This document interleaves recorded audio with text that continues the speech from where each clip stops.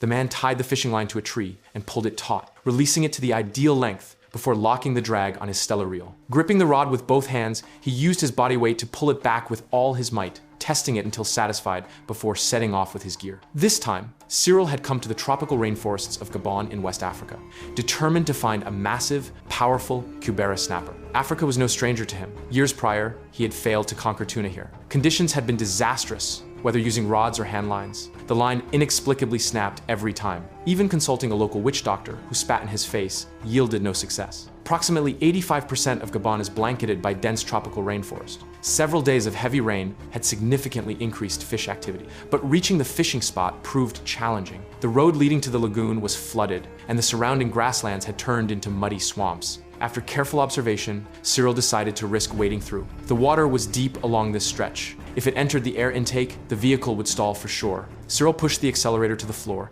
and barely made it through. By the time he reached the lagoon's estuary, evening had fallen prime time for large predatory fish. Cyril deployed a 13-foot-long casting rod to cast as far as possible, avoiding the waves and placing the bait in an ideal position. Half an hour later, the rod began to tremble with subtle vibrations. Cyril sprang up, tightened the drag, and hauled the rod upward with both hands. The resistance transmitted through the line indicated a substantial catch. Numerous large predatory fish inhabited the estuary, making identification impossible until the fish was landed. After a fierce struggle lasting over 10 minutes, the strange fish was finally pulled ashore with the waves. It was a guitarfish, a close relative of sharks, possessing a shark-like body and a head resembling a stingray, giving it the appearance of a giant guitar. Before Cyril could examine it closely, a large wave swept the fish back into the sea.